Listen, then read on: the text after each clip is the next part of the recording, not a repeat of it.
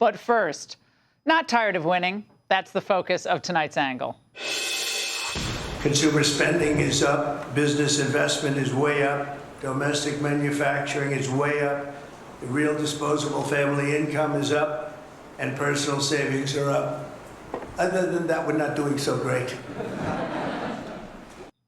Well, he's right. America's economy is looking very bright. In fact, it's blowing past expectations. Today, the second quarter GDP came in at 3%, after a contraction in Q1. Now, that means we're on track for a good year, which is not what Too Late Powell projected just weeks ago.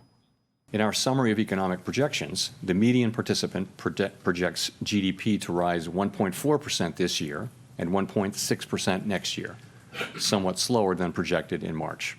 I'm sorry, he's just such a weenie. We're going to check back with him in December, those final numbers. Now, imagine what the GDP would have been if Powell had lowered interest rates when he should have. It's already 3%. Now, of course, since liberals have no answer to any of Trump's successes, they simply pretend that numbers aren't actually real. Today's GDP number is, in fact, a mirage because some ominous numbers lurk under the hood. Business investment plunged in the second quarter by 3.1%.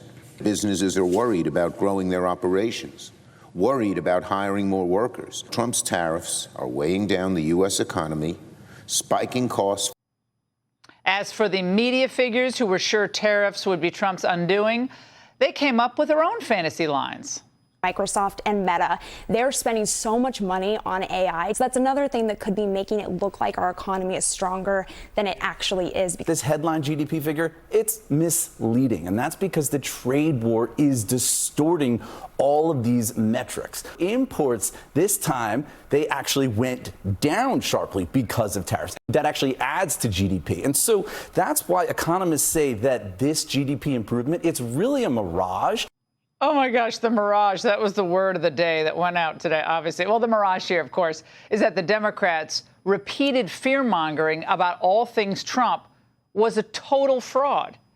Did they really not understand that Trump uses tariffs, stay with me, kids, as a tool and as leverage to help America wean itself off of reliance on imports? So when imports go down, that's actually good. That means we make more of our own stuff. The point is, we want to be our own supplier in key manufacturing sectors, like for medicines, satellites, chips, and ships. And Democrats, well, remember, they used to be for American workers, but now they're just for hammering Trump. The left and people that don't like the president and don't want things to work. And, you know, like Senator Elizabeth Warren will come on and say, inflation's out of control and the economy is getting killed by what's happening by these tariffs. None of these horrible things have happened, but they still talk like it's happening. And the Democrats, of course, as you pointed out, really don't want to see the current administration have some success. But there's no doubt that this is some success. Bingo. But let's not stop at the economy, because earlier this month, Border Patrol went on a hiring spree, and ICE is giving out massive bonuses for former agents who rejoin the agency, all because the administration is ramping up deportations. That's great news. A new report yesterday revealed that there are apparently almost 2 million illegals here who have deportation orders. That means they're supposed to be deported, but they're still roaming around the country. Well, Trump wants them out. Good.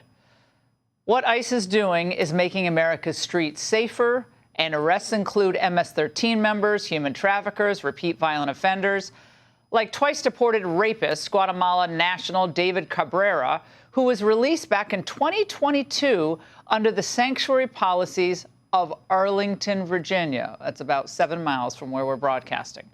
Now, that's a win for national security. It's a win for every law-abiding American. Democrats should be cheering that. But look, on this trade issue, this was supposed to be another so-called Trump disaster. But it's the opposite. In July, the U.S. collected nearly $28 billion in tariff revenue, bringing the 2025 total to $150 billion. That, my friends, is record-breaking. Trump just locked in a historic deal with Europe that will begin to rebalance what is a long broken trade relationship with them.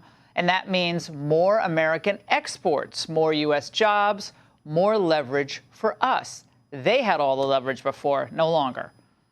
Now, all Democrats have to offer, though, is lame anecdotes, stunts, and contrived emotion. Senator Amy Klobuchar recalled some poor woman in Minnesota who apparently was looking sadly at her grocery receipt. I was up in Grand Marais, Minnesota, and saw someone walk out of a grocery store, just happened to be walking in, saw her look at her receipt. She's looking down, and she's just, no, no. That's how people are feeling. They're looking down at those going, no, no, I can't afford this. Where was that sentiment back in June of 2022 when inflation under Biden hit 9.1%? Yeah, sure, prices are still too high in some areas. But yes, the economy is now growing. There will be more money in people's pockets. That's great because wages are rising. And Americans are finally beginning to see a way out of Biden's economic ditch. So let's recap. The border, enforced. Criminals, they're being deported. Trade, fairer. Tariff revenue, record-setting. GDP, outperforming. But instead of reevaluating their policies, the Democrats are engaged in endless navel-gazing about messaging and tone and personality. From pandas on Gen Z outreach panels to Democrats at the gym. Well, it's all tough to watch. What the is up? Let's go! Talk a little bit about this bill they passed.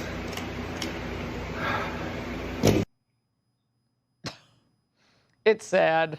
It's pathetic. It's actually pretty boring. But you know what's not boring?